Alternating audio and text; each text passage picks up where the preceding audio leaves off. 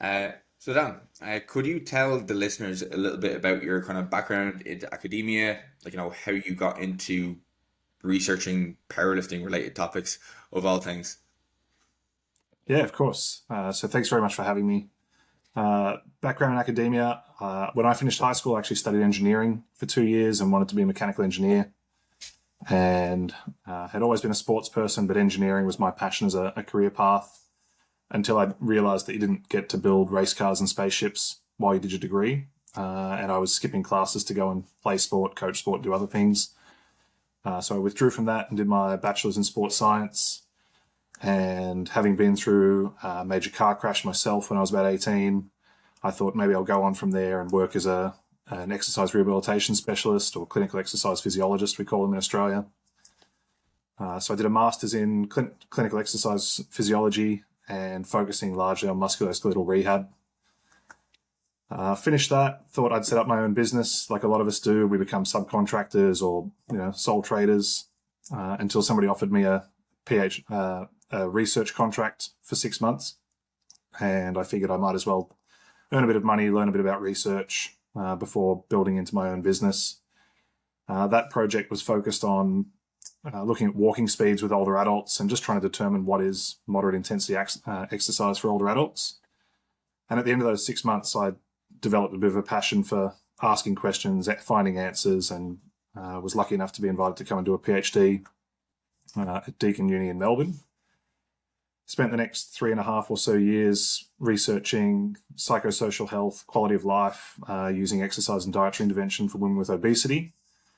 And that was, at the time, like quality of life is a passion of mine as a practitioner, and mental health was really important. I thought that was where I could sort of end up as an exercise physiologist down the track. But a friend of mine in the same PhD office was an Australian powerlifting coach and asked me to clean a bit of data for him and do some analyses so we could collaborate. And I decided, yes, that was a great idea. And 7 years later, we've published multiple papers together. We continue to collaborate using retrospective data largely. And I guess my interest in powerlifting, I've always been interested in lifting and keeping fit and healthy, but I'm not a competitor. I'm not a powerlifting coach, but I just like to understand sort of how people get stronger and how, from our perception, we're almost trying to game the system. Even if you're not the strongest athlete on the day, our research is really looking at how could we win without being the strongest on the day using a bit more tactical nous. And I guess for you guys as coaches, it'd be interesting to hear some of our sort of theories and how you may or may not want to implement those with your own athletes. Yeah, no, absolutely. I suppose maybe I'll just go back to the start of that then. So what kind of skills did you pick up maybe from your PhD and your undergrad or any of the other studies that you've kind of held on to or that you kind of placed the most value on? I guess from my undergrad perspective, the biggest skill I learned was probably making yourself available and just taking opportunities to gain more experience, whether paid or unpaid. So I worked as an athletic trainer with my local AFL club, so Australian Rules Football, for about 5 years, earning very little money, about $90 a week for about 14 hours of work. But it was the experience of being around a doctor, a nurse, a physiotherapist, and other sports trainers that I could learn from them. I could apply what I was learning during my bachelor's degree and probably put me ahead in that applied setting. I wasn't as good a theoretical sort of student. Moving into my master's, again, it was that lifelong learning. I found some of those topics, especially cardiac rehabilitation, really difficult. But applying myself and then going and finding ways to apply that knowledge rather than read it and learn it from a book was what worked for me.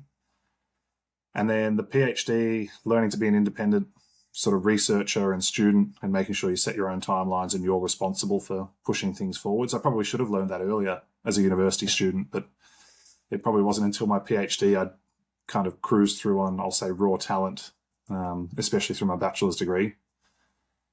And then I never considered myself a researcher even after doing a PhD. I wanted to be an educator and an academic without necessarily having a career in research. But it turns out the more you ask questions, the better you get at answering them. And that seems to have been where I've ended up now, is I ask more questions than I can answer, and I spend half of my time answering questions and the other half teaching other people now how to ask and answer questions.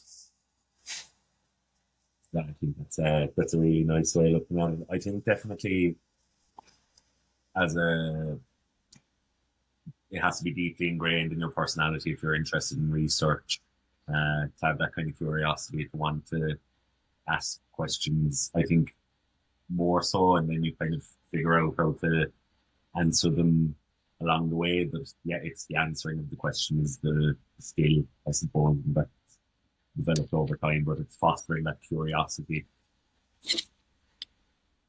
Absolutely. I think as a practitioner, as a clinical exercise physiologist, my interest was in highly complex cases and people who I could ask questions about to try and find an answer to prescribe exercise to improve health.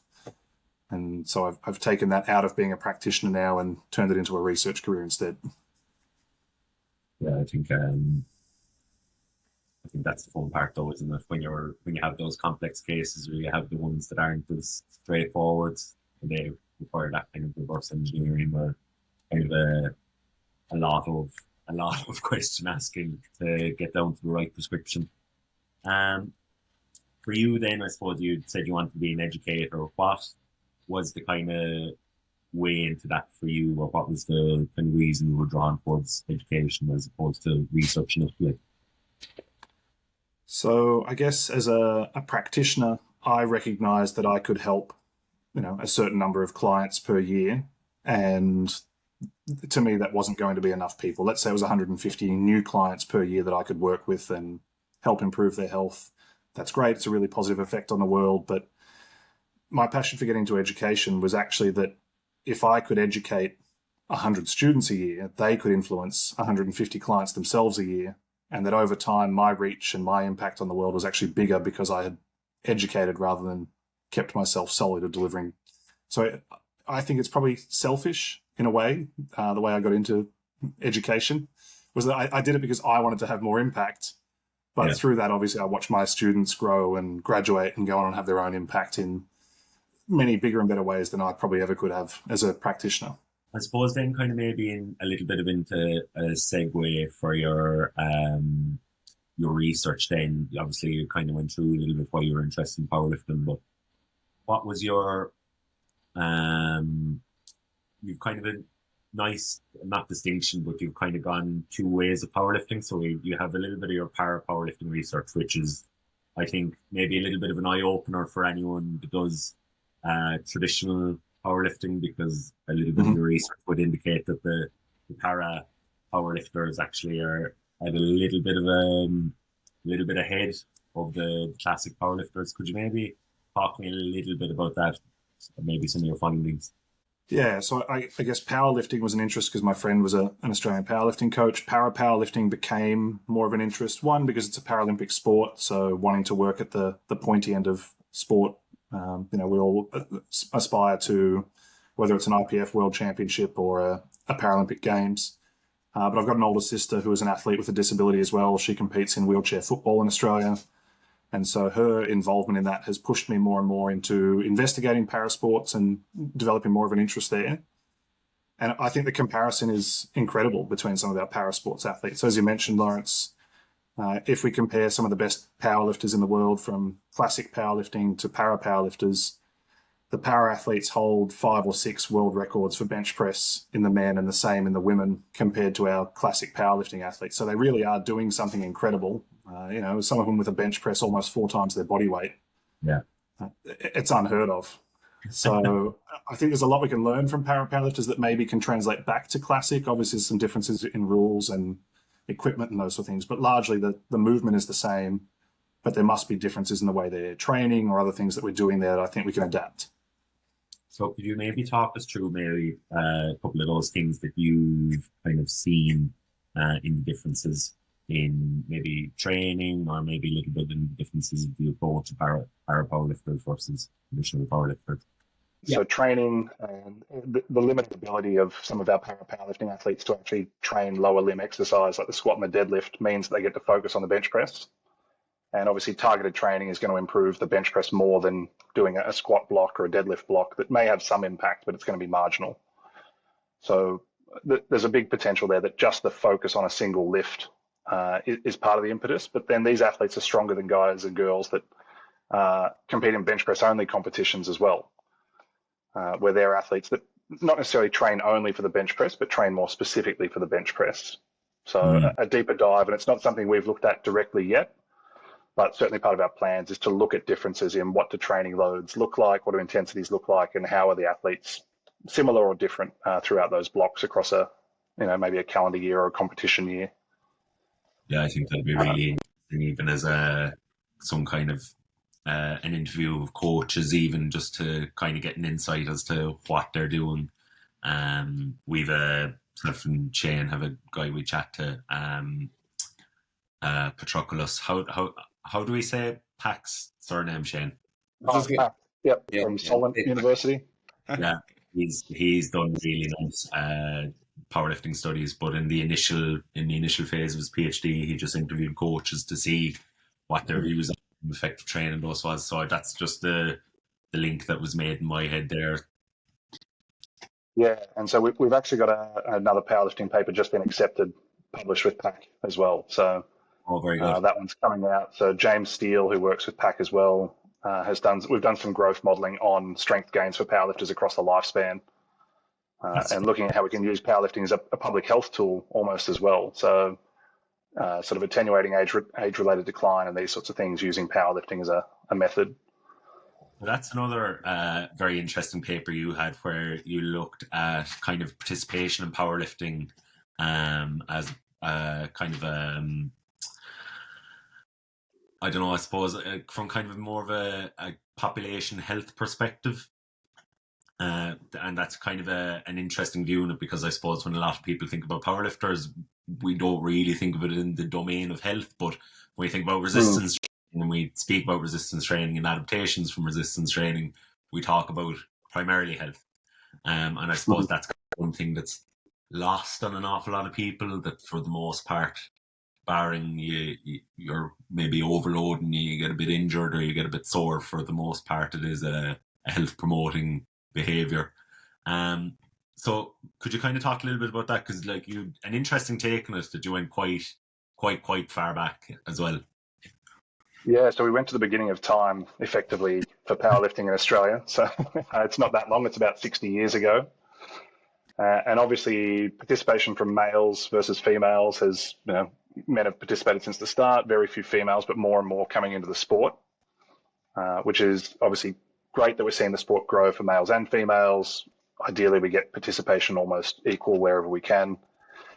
But yeah, we recognize that exercise and resistance training is very important across the lifespan for everyone. But there's some really good evidence sort of coming out now, looking in, especially in older adults, as you'd be aware. Power training, really important for falls prevention, for functional independence, for gait speed, and all these sort of other measures of quality of life and independence for older adults. So if we can train to be strong, train to be powerful, and move quickly from an earlier age, ideally we can offset those age-related declines, or at least, strengthen the bank, I guess is the phrase we're trying to come towards now, is that if you get strong early, even if you don't train later in life, it's great. But powerlifting is also a sport that you can get into, given the masters categories, these sorts of things. And it's a great sport where you can compete within yourself rather than with everyone else as well. So it's about setting your own personal records and those sorts of things among competition and world championships at the elite level as well. So kind of, I suppose I'd kind of maybe ask you, was there anything that you were kind of thinking from a kind of community participation perspective? What could be done maybe to get the people that aren't powerlifting to powerlift? Well, I think, unfortunately, powerlifting and weightlifting, those sorts of sports, have a bit of a stigma around them that, you have to be a gym junkie and you need to be, built a certain way and these sorts of things. So I think taking the perception of powerlifting and what a powerlifter looks like, but also what the movements look like. So a deadlift is not just a barbell with bumper plates and stuff on the end. It is picking up your shopping bags and putting them in the boot of the car. A squat is, with older adults, we would do sit to stands and these sorts of exercises, but they're functional movements that relate to day-to-day life that we need to remove the stigma and make people more aware of it. So obviously our data sort of showed there's lots and lots more competitions coming and more regularly, with hundreds of competitions a year held in Australia. And for a very small population, spread out over a very substantial area, we're getting good participation. So making that more accessible, making people more aware that it's not just about being the gym junkie with, the stringlet and heading in and lifting 300 kilos all the time. Yes, we want to see our athletes do that, but we also want to see mum, dad, grandma, grandpa jump in with the younger generation as well and work through the movements. Highly enjoyable and really low risk of injury typically as well, which is really positive. Yeah, I think I do definitely agree with you that powerlifting is quite a unique sport and that it does offer people the ability to compete within themselves as opposed to against people. It is I suppose you can act as your own control, your own self-limiter. And I think it does offer older adults particularly a unique opportunity to compete in sport. I'm always trying to, I suppose, talk a few of our group into maybe putting on a singlet. I think for some people, when you tell them what it is, it sounds like a great idea, but the idea of putting on a singlet for a woman in her mid to late 60s is mildly off-putting in some cases. But where I could see powerlifting implemented really, really well is in the kind of in that earlier bracket where you said that kind of 40 to 50 bracket, and hopefully then when you catch people at that kind of pivotal point, because usually their kids are maybe a bit grown up and they find themselves with a bit more free time. I suppose it kind of goes to that classic thing in Ireland, at least anyway, when you get to 40 or 50, either take up golf or cycling. So I would hope powerlifting could maybe tick that box eventually. It is just, I suppose, like anything, it is about removing those classic barriers to resistance training, and then hopefully kind of people can just through nearly osmosis of being in that environment, they can gravitate towards the sport. But it's not I suppose it's not something we're going to be able to tackle in the next couple of years, but I think long term it's kind of hopefully the direction it goes in. Yeah, I think if people can realize as well that powerlifting doesn't have to be an exclusive sport. So if you want to take up golf or you want to take up cycling, I did those things in my early 30s. I took up cycling. I had enjoyed cycling as a kid, but I'd never raced. I took it up after trying my hand at triathlon and realizing I am really no good at running, but I had been a swimmer and a cyclist as a junior. Powerlifting can help those things though. So obviously more muscle mass, greater injury resistance, more power are all these sort of things that makes you hit the ball further, makes you ride the bike faster. So using it as a cross-training aspect, even with a bit of competition for a bit of fun, can be really health promoting. So I think if we can get that message out there that it's a training methodology and philosophy with obviously 3 main lifts that we want to use, but they translate back to everyday life and to the sport that people want to play. And I think I think older adults, from the ones, I suppose, again, this is completely anecdote, but I think older adults are kind of acutely aware of the need for all of the components of fitness almost to be ticked off. There's an awareness that they need to be strong, they need to be fit, they need some bit of mobility, they need a little bit of power. And I think you said it really well there, where we might nearly laugh at the idea of CrossFit, but definitely as you get older, that the need to be maybe a hybrid athlete would be almost paramount.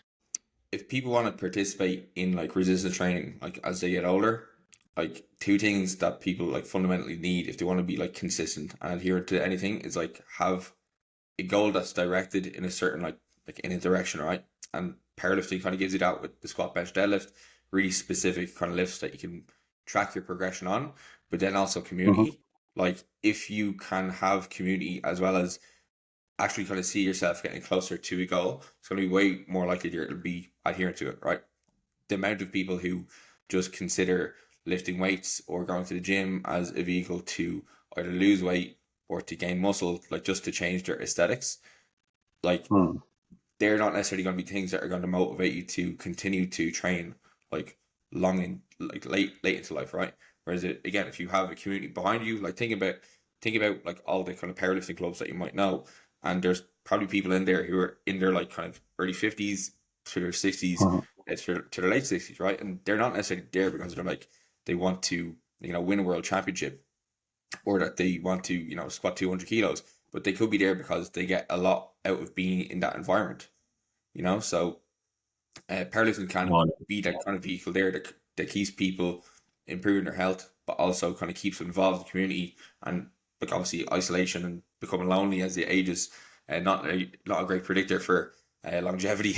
So having those kind of sense of purpose with through doing something like powerlifting could add a huge amount to somebody's quality of life. no, lad, you hit the nail on the head there. I think what's coming out qualitatively from a lot of the work we're doing is that one of the key motivators once someone starts is that sense of community and the engagement they get from others.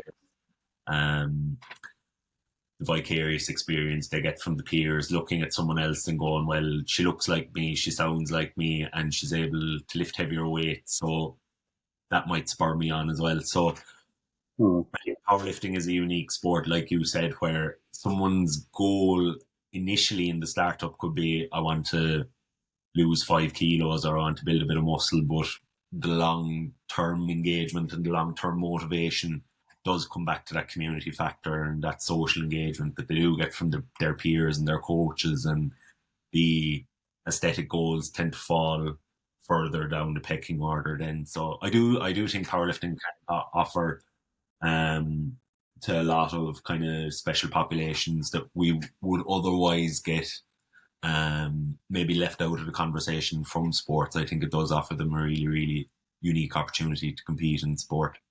I think as well where powerlifting for any, I suppose, any age group, any kind of demographic, as long as there's no contraindication to lifting, there's an avenue there for them to compete in. And I think that's kind of the lovely part of it.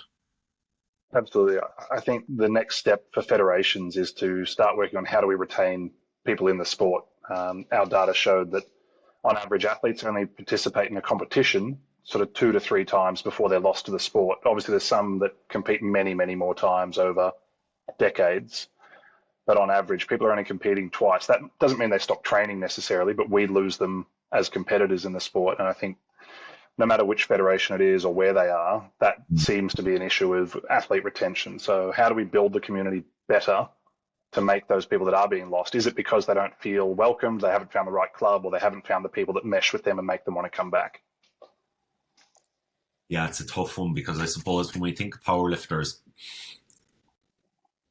off the top of your head, you would almost think that, oh, you're a powerlifter for life. But we know that's probably only the case for maybe 5 or 10% of the total number of people that compete. For most people, it's something they'll do maybe once, twice in their life. And like you said, those are the people that we probably want to keep involved in. But it is addressing those barriers, I think, is kind of a hard one. And I think in powerlifting, where if you're training in a commercial gym and you're a powerlifter, I suppose you're in your kind of on your own there. And then if you're maybe a distance away from a powerlifting club, there's a fair number of people that I coach where they just don't have access to a powerlifting club. They don't have access to a powerlifting gym. And those are the people, I suppose, that would be particularly susceptible to maybe drop out from the sport. I suppose it is an access thing. It is at least a perceived barrier to participate. And certainly not a question, as you said, we can't answer this in the next couple of years or anything like that, but something we all need to start thinking of as participants, as researchers and coaches in the sport is how do we keep people in for longer, and how do we make sure everyone gets that benefit of training for longer? Yeah. I suppose kind of the next one, I think, where I suppose we can really delve into this in a bit of depth is your kind of performance predictions paper. I suppose for any coaches, that's going to be the juicy topic of this conversation. Yeah. So it's going to come from the horse's mouth as well. So can you maybe talk through a little bit of the background to the paper, I suppose, if you want to give kind of a suppose, a little bit of context to why you did the paper. Sure. So we've published 2 papers now that effectively are looking for what could we do on competition day that will enhance our odds of success. One of those papers was in the sort of the whole IPF participation group, and then another one was in World Championship competitors only. But the premise is the same, that athletes who compete will compete for various reasons, but obviously a goal that many of us have is to win a competition or to do as well as possible, in the placings, not just on our own sort of personal records. So let's imagine I am either as prepared as I think I can be, but I need a marginal edge over somebody else who is, perceived to be equally strong, or I didn't prepare as well as I want, but I still want to win. We want to know how we could potentially do that just using competition day data and coming up with a new strategy that doesn't follow the norm that you guys would probably give your athletes as they move through competition. So we're looking at modifying attempt weight selections as a percentage of our maximum. And I'm really keen to hear your guys' sort of thoughts on how do you select what your opening attempt is and why? Because most coaches have told me you pick a strong triple, but how do you know what a strong triple is on competition day is my question to them. Yeah, that's very fair. I suppose just off the top of my head, the opener would probably depend on the experience of the athlete and maybe their training age. I suppose that kind of thing of what could you do for a heavy triple would be your opener, I suppose, as a kind of a guide. It's not a bad one. What I would probably say is that it's going to be something, if I work backwards from a kind of a projected max or an E1RM throughout the training block, I would work backwards from there, I suppose. Maybe I have a little bit of a different view.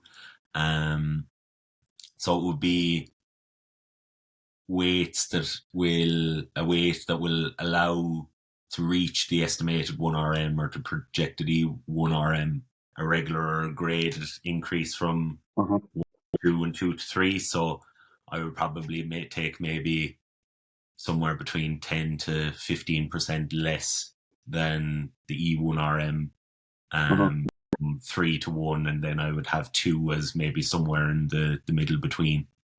That's kind of my thought process on it anyway. I don't know if Shane is in any way similar. I'd be relatively similar. I would say I would typically ask the athlete like what they would be comfortable opening on, because like I wouldn't be coaching any like elite level athletes at the moment. So typically my kind of opening attempt is based off like what they're going to be pretty comfortable hitting.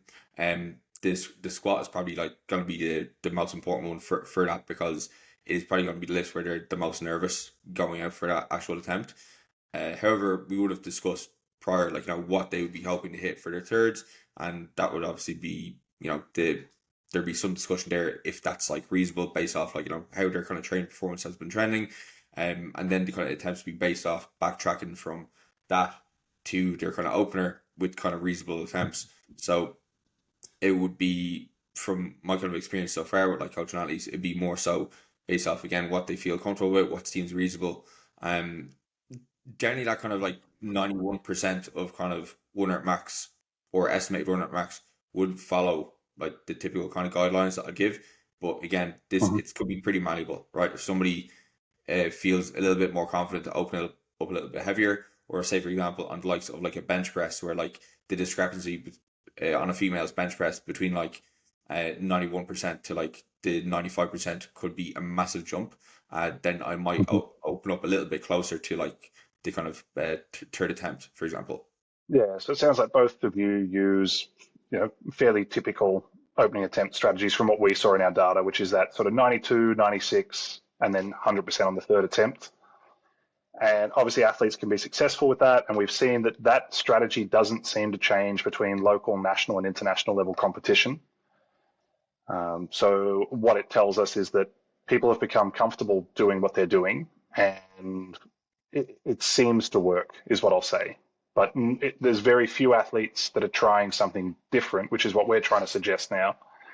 So our data suggests that opening as near to your perceived maximum of the day as possible, it increases your odds of success. Now, as an athlete, you see somebody else open, let's imagine we're all in the same weight class and we were all going to pick 185 to open for our squat. But instead, I think I'm only going to lift 200 for the day, so I open at 195.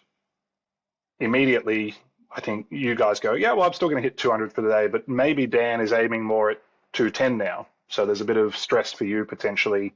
And this isn't something we've measured, but that's the next step, is to go and do some prospective research where we actually see what happens when an athlete chooses an attempt much nearer their max than others, what it does to your stress and your sort of competition performance. And then, so I only have to do one increase, potentially 195 to 200. You guys have got 185, 192 and a half, 195, 200, and we all end up at the same place potentially, but ideally the strategy of me opening higher may throw you both off, make you go for bigger attempts than what you wanted to. But again, that's theoretical at the moment because we haven't actually implemented that. The hard part about that is convincing a coach and an athlete to tell each other that I want to open at 98% of my max. Yeah. Of course, yeah. I suppose I suppose for anyone listening to this, the key distinction in what you're saying is that your success, the definition of success that you guys had was beating other competitors. It wasn't setting a PR total or anything like that. So I think where just a caveat for anyone listening, success is winning, not PRing your total. I think for an awful lot of people, or not an awful lot of people, but for an awful lot of competitors, you would want to be you'd have to be ballsy, I think, to Absolutely. As I said, Chris Latella, who's a collaborator of mine on all of the powerlifting work that I've done, has been a coach at the elite level. He doesn't want to do this with his own athletes because it's a really hard sell. And that's why it's great coming from me as a theoretical powerlifter, not a competitive powerlifter, as I can say it. But it is. Our research is about how to win. It's not how to improve your own score within yourself. And certainly it's probably a question we should look at is how can we look at what strategies do athletes use when they beat previous PRs on a specific lift or on a total for a competition, and does that differ from what they do in between other competitions? I guess then we looked at the number of successful lifts. So do you need to go 9 for 9 or could you go 3 from 9? Certainly to win, yes, you can. You can have 3, or one really big lift for each of the 3 disciplines, and you could win a competition, but it's very unlikely. And I think it's happened at the World Championships once, maybe twice. Typically, we see sort of 4 lifts, 6 lifts. Anything more than 7 lifts is pretty indicative of having a good day. And it's about that cumulative success. But that tells you if 6 or 7 lifts is enough, potentially opening at 96, 98% of max, and then having 100% at your second attempt means that your third attempt is always going to be maybe not a PR necessarily, but a better score than what you predicted as your 1RM at the start of the day. Yeah. Now, if we've tapered correctly, we've done all those sorts of things, we think about super compensation, that should happen as a theory. But that doesn't take into account competition anxiety, what other athletes do as a strategy, and those sorts of things. So again, it's a theory, and we're certainly not telling people only ever open at 98, only ever try 100% on your second attempt and then go for more. But by the same token, para-powerlifting athletes do exactly that. They open at 96, they do 100% of their 1RM typically at their second attempt, and then third attempts on average for para-powerlifting athletes are about 103% of their max. I was about to say, I suppose it's something very dissimilar in Olympic weightlifting to powerlifting is attempt selection, where in Olympic weightlifting, you would typically open on maybe over 95% of your 1RM, whereas in powerlifting, a lot of openers could be like a 5 RAR or an RP5 or an RP6 sometimes, which when you look at Olympic weightlifting, sometimes quite often people will fail their opener and fail their second attempt. So it's kind of, I suppose, this is the case, the powerlifting could go that way. I suppose it does go back to what's the goal of the meet for the competitor, and I suppose the coach has to make an informed decision then. I suppose if you're at a national or an international level competition where placing does matter. You're there to place an awful lot of the time. So I know for anyone I coach, hopefully when they get to an international stage, we would rather say they came podium rather than hit a 2.5 kilo PB on each of their lifts. Yeah, I think that's why we did the comparison. So we wrote the two papers, one looking at every athlete and not knowing whether your intent is to go as a warm-up for a future event, whether your intent is to go and set a PR or just get 9 for 9 that week. Whereas the World Championship data, we've made the assumption again, athletes who qualify for World Championships are there to win World Championships or finish as high as possible. Absolutely. And anecdotally, we see that when we get to the deadlift, there's this all or nothing philosophy when it comes to attempts 2 and 3 a lot of the time, that it's podium or bust. I'm going to lift a PR by 12 kilos and get on there, or I'm going to finish 10th. Yeah. But it doesn't matter at World Championships because, as you said, like, we're there to win by the time we get to that level. Yeah. National Championships, probably the same as well. There's not many athletes probably turning up to a national championships thinking, I want to go for 9 for 9. I don't really want to qualify for Worlds. Yeah. And I think there's a difference between, they may want to qualify for Worlds, even if they think they're not necessarily capable enough at the time. Their goal is still to do as best as possible. No, absolutely. So it's kind of you kind of said there, maybe open as heavy as you can, or not as heavy as you can, but maybe open heavier or closer to your E1RM.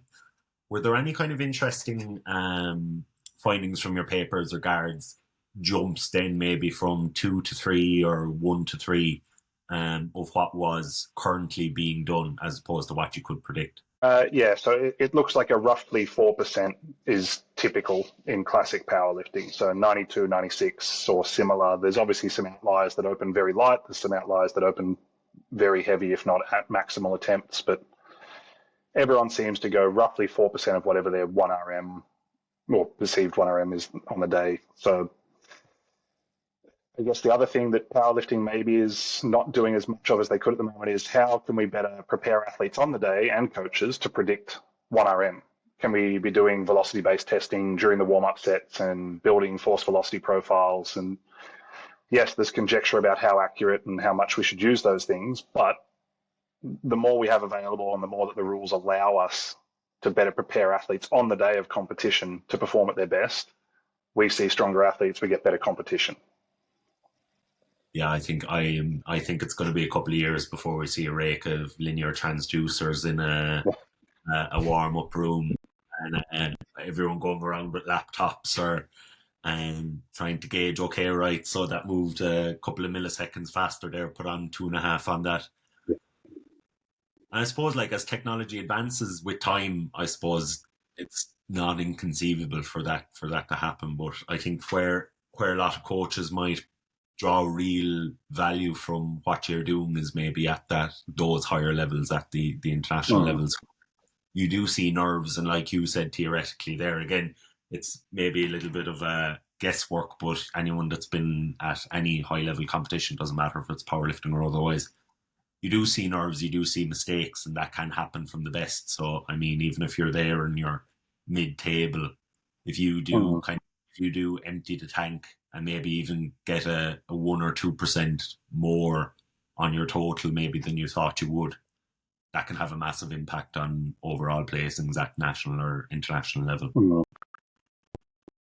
Yeah, I think the other thing that we don't know from competition data, which is what we've used so far, is that when we see a failed attempt, first, second, or third, we don't know whether that's a fail for a technical fault or for a strength deficit.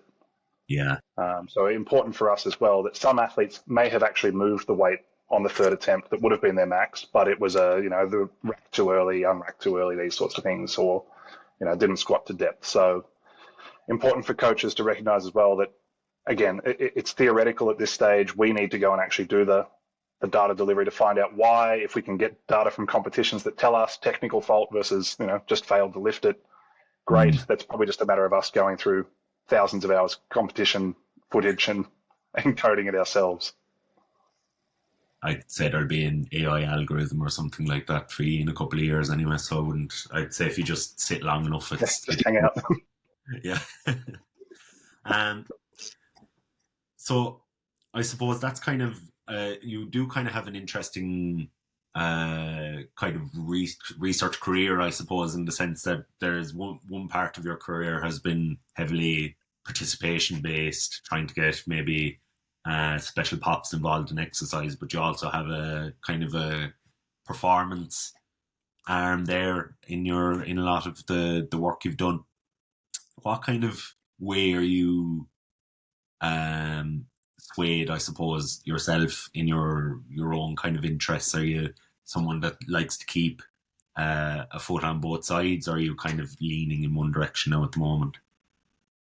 Research-wise, I'm leaning more into sports performance, strength adaptation, and human high performance in general, because my education sort of portion of my role is in clinical exercise. So I get my fix for the clinical stuff largely from teaching and doing case conferencing with students, and then I get my high performance sport fix from the research side of things that I do. Nice, you're very lucky. So Absolutely. you mentioned you did a paper with James and Pack there recently. Could you kind of give us a few insights into that maybe? I think a lot of the stuff James and Pack are kind of producing now at the moment is really, really interesting, and it's kind of, I suppose every time James and Pack kind of put out a paper, everyone kind of in the powerlifting community kind of gives it a good scan. Yeah, of course. So it is available open access as well, that growth modeling paper. So it's a preprint, but it's just been accepted in sports medicine as well, so it should be out in the next couple of weeks. But it was James and his statistical skills in growth modeling. We took all IPF data from all time effectively in classic or raw competition, obviously because using equipped can sort of skew our results for strength, and especially strength to weight ratios, those sorts of things. And we modeled how much strength should you gain as a male or a female athlete in each of the three lifts at any age in life from anyone that's ever participated. And I guess for coaches, the take home from it is we can show you what a normal strength adaptation would look like for your average powerlifter, but also where the sort of upper and lower ends of that normal range sit. So if you've got an athlete who is targeting very high performance and elite level, national, international championships, those sorts of things, obviously we want to be sitting at the upper end, 95th percentile or thereabouts of those strength gains and adaptations. Whereas average Joe, it probably tells us that if we're below or in the lower portion of those strength gains, that maybe we as coaches need to change our sort of the way we're coaching to get better adaptation. So it's really, I guess, it's got a public health focus in powerlifting is great across all aspects of the lifespan, but it does have a bit of a high performance take home if we look at what are the upper margins of how much strength we can gain in each lift across periods of time by sex and age group. But what kind of, I suppose maybe, did you separate people into levels by strength, or did you do any categorization of low adaptation, moderate adaptation, high adaptation? Yeah, so we certainly looked at, obviously, people with lower starting strength gain strength more quickly, as to be expected. There is this ceiling effect, and I think that's the case with a lot of physiological outcomes that we see. But it's not to say that strength gain is impossible, even when you're in the very upper echelons of starting strength anyway. Yeah, of course. And what was the, I suppose, rate average? Did you work that out, kind of the average rate again over the initial early stages of competing? We definitely did. Let me see if I can find. So we've got here greatest strength gains are in the earliest phase of powerlifting participation, and approximately 7.5 to 12.5% strength increase in the first year. Yeah. But then only seeing a 12.5 to 20% increase after 10 years. Okay. So obviously, and maybe that helps explain why people don't participate for very long, is they get a lot of the strength gains very early, and then it's marginal gains thereafter. Females tend to progress much more quickly, probably because of their lower baseline strength within the sample that we had. And then female Masters 3 and 4 athletes, so sort of greater than 59 years old, are still seeing 2.5 to 5% strength improvement and only slight strength loss when we go into the Masters 4 categories. So about 0.3% per year, so much lower than what would be expected for people in that sort of older adult category. As you mentioned there, in regards to like the long-term participation in powerlifting, as to like the results start to decline from your the paper that we were talking about originally regarding to predictors of success. One of the things you mentioned in that was the length of time that somebody spends competing and the length of time somebody spends training. Because like while your gains may slow down over time, those kilos, like, as small as the gains may be, could be the difference between a podium placing and not, right? So Absolutely. I think I've got a specific example sort of from powerlifting. So the heavyweight men at the Sydney Olympics in 2000 all lifted the same weight in the powerlifting final. So about 232.5 kilos for all three of them. Right. And so, we think if one of those athletes had one more Olympic cycle to go the additional 2.5 kilo increase as the minimum at the time, the one who finished third, basically based on his body weight, could have been a gold medalist simply because he'd had 4 more years of training, even if it's only 2.5 kilos increased. Yeah. And even now, we're down to, in powerlifting, 1 kilo increases as the minimum now. So more recently, we sort of see athletes still finishing second, third based on a 1 kilo difference or less. So long-term participation seems to be predictive of success as well, and it makes sense. Train longer, marginal gains add up over time, and potentially that sort of more experience, as you said, feeling more comfortable with selecting an opening weight. It all adds up. Yeah, absolutely. I suppose even as regards mastery of a skill or the technique, I suppose an awful lot of that does come with time and just hours spent participating in the sport.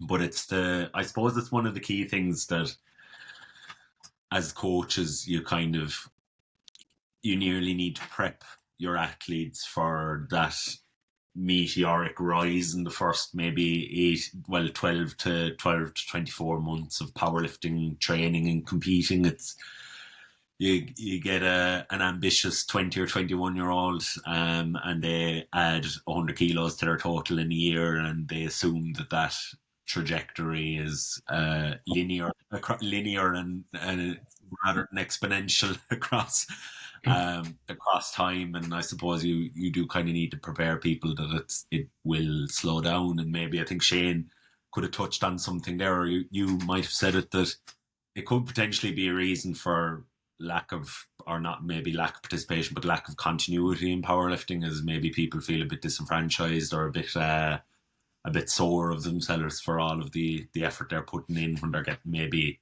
marginal strength increases. Yeah, I think that's the other thing, is we need to start interviewing athletes and finding out why are they lost to the sport, if they are lost to the sport, or why do they participate for so long is the other question. So it's not just the negative of losing athletes; it's what are the positives that are keeping people around. Yeah, I suppose it is even in the final study we did there. In hindsight, I suppose I was looking at kind of participant participation as an outcome measure, and I was looking at maybe their adherence, retention, attendance. I was looking at all of these measures, but I suppose in hindsight I should have looked at non-participants as well, the ones that did drop out, and maybe as a sport as well. I think, and I think a lot of the field sports have kind of identified, particularly in women's sports, they're trying to address a lot of the barriers to participation in sport, and why do the people that are doing it for life, why are they doing it, and why do people drop out? But it's I suppose it's one thing as a coach you will hopefully try and instill in someone is to be much more process oriented, and maybe that the motivations to do it are a little bit more intrinsic rather than seeing their name lit up in lights and being an all-time world record holder, or getting on King of the Lifts or something for, I don't know, deadlifting something stupid. But maybe that's another day's problem. Yeah, some of those other sports, if we look at uh, football, hockey, basketball, those sort of major sports are around the world. They've got more money for that grassroots investment in getting children in early and keeping them in the sport, or bringing them back when they transition through life stages. Yeah. Powerlifting just doesn't have that, global sort of reach at the moment, or the funds to be able to drag people in and overcome some of those barriers that we know are there already, which are time, access, equipment, sorts of things. Yeah, no, absolutely. I think there's a sport in Ireland, I suppose, you probably Gaelic football or the GAA. So they're running a program at the moment. Well, I suppose not really a program; it's rolled out nationwide, but it's the Mothers and Others. And like that, I suppose the GAA is a relatively large sporting organisation here in Ireland, but they did kind of identify that kind of mom that's maybe early 30s to up in 40s or 50s that has an interest in sport, has dropped out, not really interested in playing competitively, but love the engagement, love the social aspect of the sport, and want to find something to keep fit, maybe 1-3 evenings a week. And I think as a sport, I think powerlifting could offer something really, really unique in that. I suppose, again, I'm ranting and raving about powerlifting, but that it could really, really well tick that box. And in a country like Ireland, I suppose we don't have the advantage that you have in Australia of having a bit of weather and a bit of sunshine. So maybe the inside of a gym would be much more appealing than a rainy pitch on a September or October evening. Yeah, we might have more luck in the south of Australia, sort of in Victoria, where I lived originally, where it gets very gloomy during the winter. But living in Queensland, yeah, people want to be outside when we live close to the beach with sunshine year round. Yeah, you can't really blame them for that. Shane, was there anything else you wanted to cover there, or have we covered kind of most bases? I was going to say it'd be interesting to see, I suppose, what the churn rate is like in juniors. I suppose that's probably the age group that I see drop off like the most, whether it be due to other things coming into your life. Because typically when you are a junior, you're in your kind of early years, maybe of university, and maybe there's kind of other life experiences that you want to engage in, and maybe then once you make the jump from junior to open, it's a little bit too steep of a jump to make. Um, and then I suppose with that as well, like obviously we discussed how the longer you participate in the sport, the more likely you are to like win competitions. But also understanding that like lifting is something that I probably want to do like lifelong. So recognizing that winning competitions like say IPF Worlds, like there's literally a very, very, very, very small percentage of people who will ever do that, or percentage of people who will even podium or make top 5 at Worlds. So being able to, as Lauren said, like try to turn it into something that's going to be more kind of process oriented. Like I know we discussed a lot about kind of winning early on in the conversation, but for some people just going 9 for 9 and just kind of PR like setting PBs in their total is going to be the kind of the most that they can really kind of aspire to. But that doesn't make it any like less worthwhile of an endeavor to keep up like long term. So I suppose trying to, as a coach, definitely try to foster that more kind of process oriented view. Like if I even look at my own my own progress over like the last few years, I have seen that spike and it kind of level off. Now whether that's through lack of I don't know, lack of my own kind of implementation to programming or whatever like that. Like I know that over the next 5 to 10 years, it's probably not gonna see another 100 kilos come my total pretty quickly. However, there's kind of other aspects of lifting that are more important to me, other than just seeing like my squat go up by like 5 kilos or something, right? So I suppose trying to get lifters early on, especially in that kind of age group where there might be a bit more of a churn rate, to kind of ask them like, where does this fit in with the kind of context of the next 5 to 10 years of their life? What other kind of things does it add, as opposed to just maybe getting a few likes on Instagram or showing off to their friends? It could be a pathway to help continue their participation up towards like the kind of upper end of the open or into masters even. Yeah, I think, obviously junior athlete retention is the answer to a lot of problems in a lot of sports. Get them in early and make them become experts, whether because they're going to go and play in the test cricket team or the rugby team, or they're just going to be better for themselves. And one of the sort of theories that we have is that younger athletes, and probably more males than females, the problem is that if they're not as strong as they thought they were when they go to their first competition, they're more likely to be lost to the sport. So some of our future analysis will start looking at what happens when an athlete has early success as a junior or as an adult or as a first-time entry. Does that mean they stay in the sport longer? If they're in the sort of top quartile or the middle two or the lowest quartile, does that predict length in the sport? I think you made a really good point, Shane, is that, yeah, very few of us will ever go to IPF Worlds, let alone podium and win a world championship. So what's the other goal?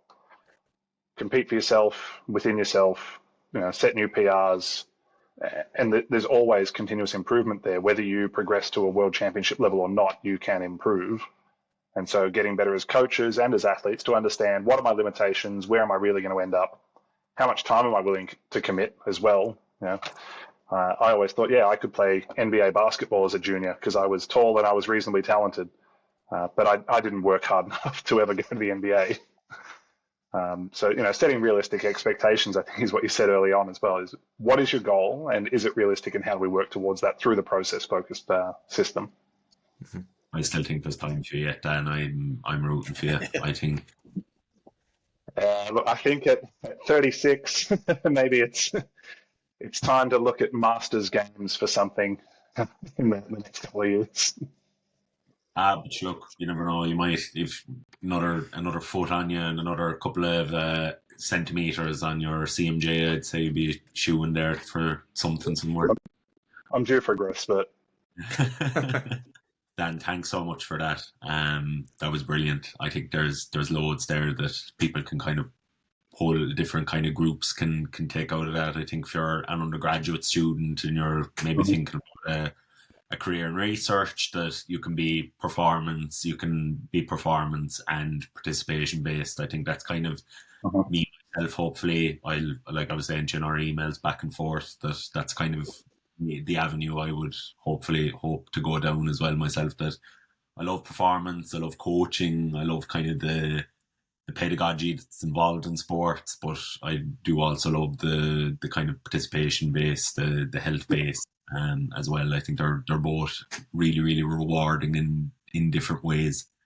I think as well powerlifting coaches can take loads from that as well, that maybe they could think about their athlete. Are they coaching someone that's hoping to burst onto the IPF World Championships, or are they someone just looking to PR their lifts? And I think you gave kind of very straightforward advice there that's based in your data.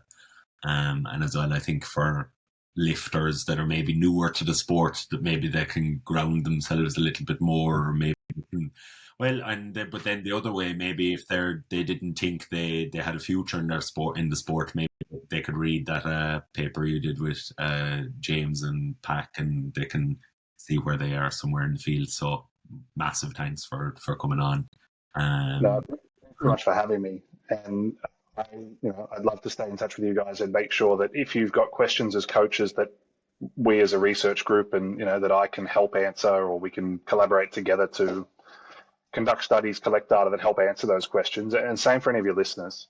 If somebody wants to send me an email and do a research project, or just have a chat about what could a project look like that you can run, that's sort of where I am living now with powerlifting. So I'm in touch with the British Weightlifting Federation for the powerlifting coach.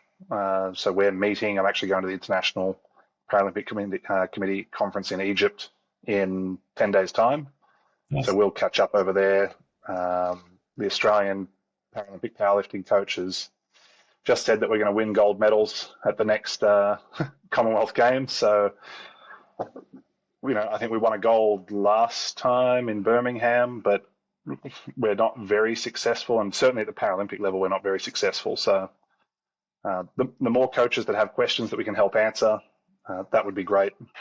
Especially we're thinking about this sort of think out loud protocol for during a competition, which is basically you and your athlete wear a microphone, and when you make decisions about what are you going to lift, how are you going to decide it, you just tell us your thought process as you go through it. So we're trying to be unobtrusive and not get in the way too much, but we want to hear what you think and what your athlete hears and how that back and forth works to actually pick weights and, Cool.